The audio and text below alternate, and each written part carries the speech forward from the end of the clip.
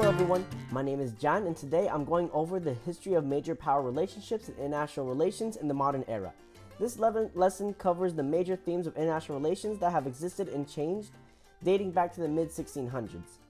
After this lesson, I'm hoping you'll be able to understand international relations in the context of the balance of power, understand international relations in the context of the bipolar world, and understand international relations in the context of collective security.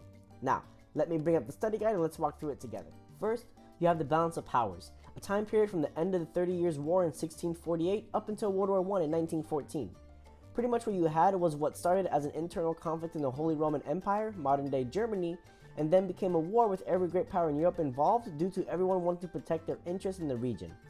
After this war, the great powers of Europe came up with the balance of power in the Treaty of Westphalia.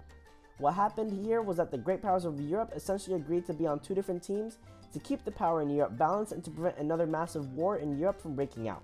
But what ends up happening instead is that there ends up being a fierce competition to become the dominant team, which then breaks out into conflict in World War I. Now, between World War I and World War II, there was no real type of system. It was mostly a time of limbo. It was more of a breather minute before World War II broke out. Think round 1 and round 2 of a fight to determine what the new rules are, or long cycle theory as I've covered in a previous lesson. After World War II, you have two remaining global superpowers that were not completely decimated by the World War, the United States and the Soviet Union. These two powers begin to compete for world hegemony in a way that really forces almost every country in the world to side with one of the two great powers.